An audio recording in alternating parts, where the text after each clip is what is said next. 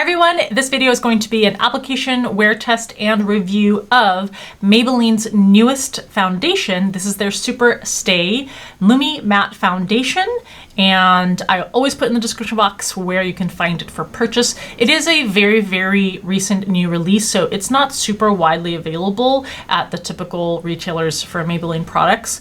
So I will make sure to find where it's currently available for you and put it in the description box, and if I can, also somewhere in the video. Thank you for being a subscriber to the channel if you are, and if you aren't already, please hit that subscribe button, and you can also go follow the account over on Instagram.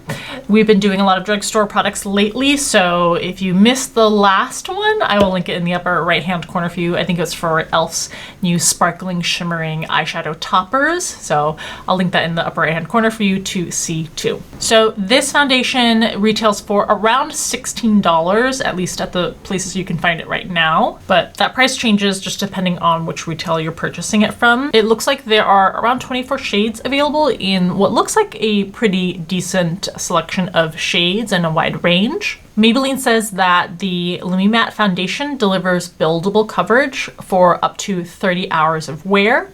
Its light as air formula infused with amino acids gives a luminous matte finish. It feels like nothing on the skin with a super comfortable formula. Resists sweat, water, and transfer. Here's a look at the ingredients list. We do see dimethicone and denatured alcohol at the top, which helps give it that mattifying effect. I'm really happy to report that I don't see any added fragrance to this formula. So we know what to look out for in terms of the claims. I'm gonna go back in time. We're gonna go to a bare face, and let's go ahead and apply this and see how it performs. I have done all of my skincare, including sunscreen. On my face, I'm using Supergoop's Mineral Matte Sunscreen, SPF 40. Really enjoy this, especially for more oily skinned ladies and gentlemen. This sunscreen I've shown before, but I have grown to love it even more and more. It's Kiehl's Better Screen UV Serum, and with collagen peptides, SPF 50. Because of the name, you would think that it is more oily or shiny. It is not. It is the most beautiful, thinly fluid, sinks in the skin, no white cast sunscreen. I am so impressed with this. Absolutely been loving this one. As with everything, I will link things in the video and in the description box below so you can find them if you are interested in trying them out too. And then as a bonus step that I don't always do, but got these sent to me by Primera. These are vitamin C and retinol. They're called Vitinol Serum Mega Shot Gel Masks. These full-faced masks here. It says to leave it on for 30 minutes, which is longer than I typically see other face masks being recommended to put on, but I appreciate because I think that increases the effectiveness of it. You get 4 masks for $25. So it has glycerin, niacinamide, shea butter, peptides, sodium ascorbyl phosphate, retinol, although those two call ingredients are at the very end of the ingredients list, so realistically there isn't that much in the mask.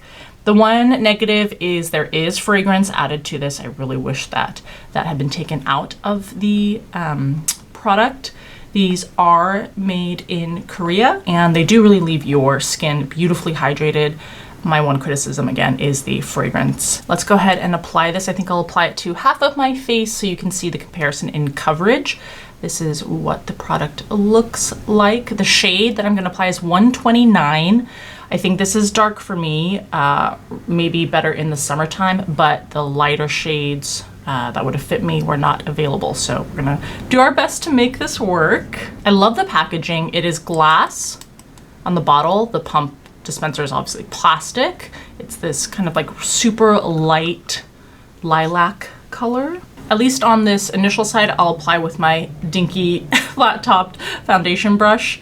It is very old, which is why there's not even a handle anymore, but I really like the way it applies. I'm not even sure this was a full pump, but plenty of product.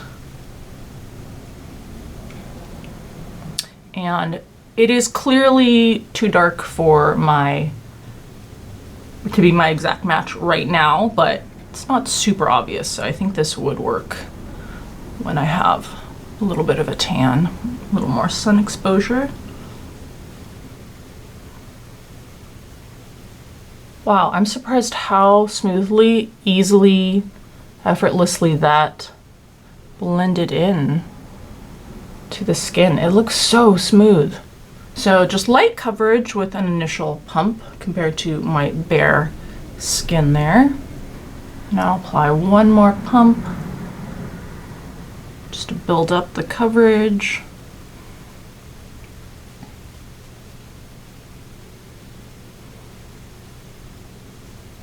Wow.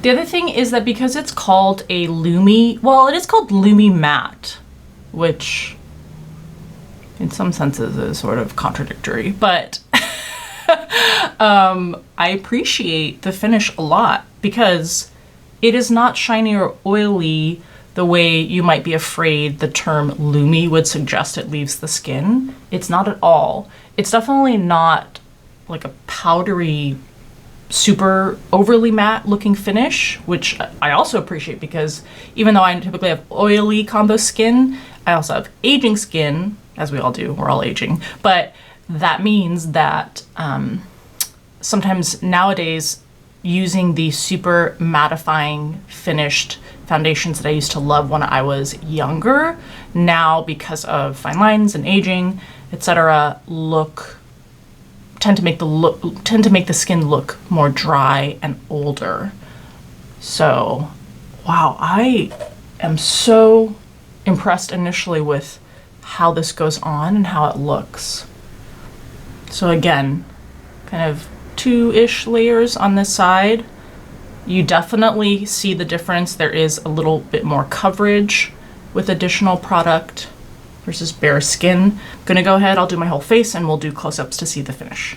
Okay, so there's the finished application and I let it sit in for a couple of minutes to set. I am very impressed with how smooth this looks on the skin. Again, clearly not my accurate color match right now, but otherwise it blends in seamlessly and with very little effort. I didn't have to go back and like tap and kind of blend or buff and try to even anything out. And I really love the finish. Okay, I'm gonna go ahead and do the rest of my makeup. I'm also going to be testing out all day today L'Oreal Paradise's new Big Deal mascara. I love their Paradise mascara, so I'm interested to see whether there's a big difference for this new version here. So make sure you stay tuned and check that video out too when it posts. I'll be back after I've done a full face of makeup to show you what the finish looks like. All right, so here is my almost completed makeup look. I haven't put blush on yet, so you can still see the way the finish looks on the skin. But it seems to play well with makeup. I did put translucent powder on top. And I think the powder brought out a little bit of texture that I naturally have just around the mouth and on the nose, top of forehead. But otherwise it looks, again, has this kind of natural luminosity to it while still not being oily or shiny, if that makes sense. And it does feel very lightweight. I did notice that after I had applied it all over the face.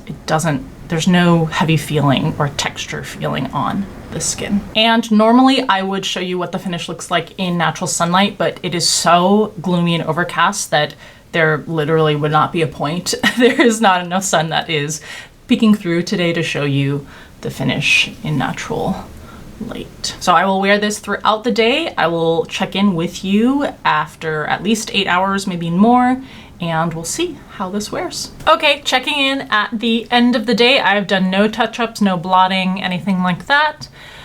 It has worn remarkably beautifully. Usually by the end of the day, I am more oily and shiny than I look now. So I don't know what it is in the formula that's helping long-term to keep this kind of less shiny than it typically is. And it's just worn really nicely too.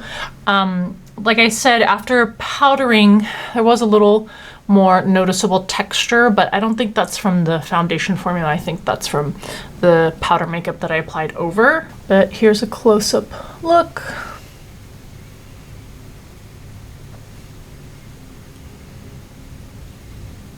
So in terms of the claims, I think they hold true, except for, obviously, I'm not going to test a 30-hour wear claim. I think that's a little silly. I get that some people have very long shifts and things like that, but I don't look for something that wears for more than, 10 to at most kind of 12, 15 hours.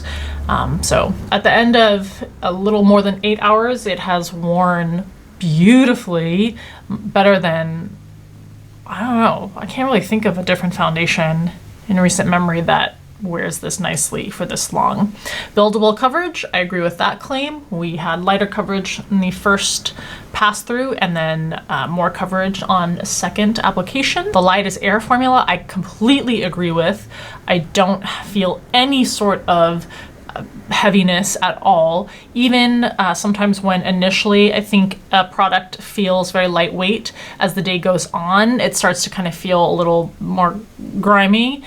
This one doesn't have any of that kind of feeling. And a luminous matte finish, absolutely true. I'm guessing the dimethicone and the kaolin that are in the formulation really help with that mattifying effect, but I am so appreciative that it's not that powdery matte finish that tends to really make the skin look dry and can emphasize any fine lines or signs of aging that you may have. And of course, love the fact that there hasn't been any fragrance added to the formulation either. And I did find this to be very water resistant, which is what I noticed when I went to wash my face.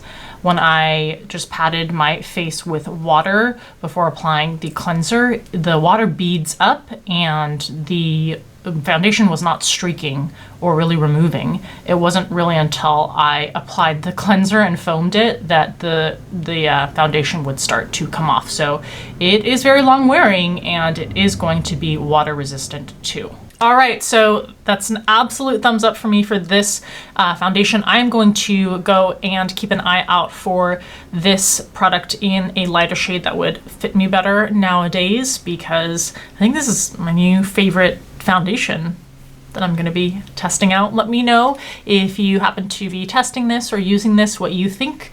Any questions in the comments below, I'm happy to answer if I can.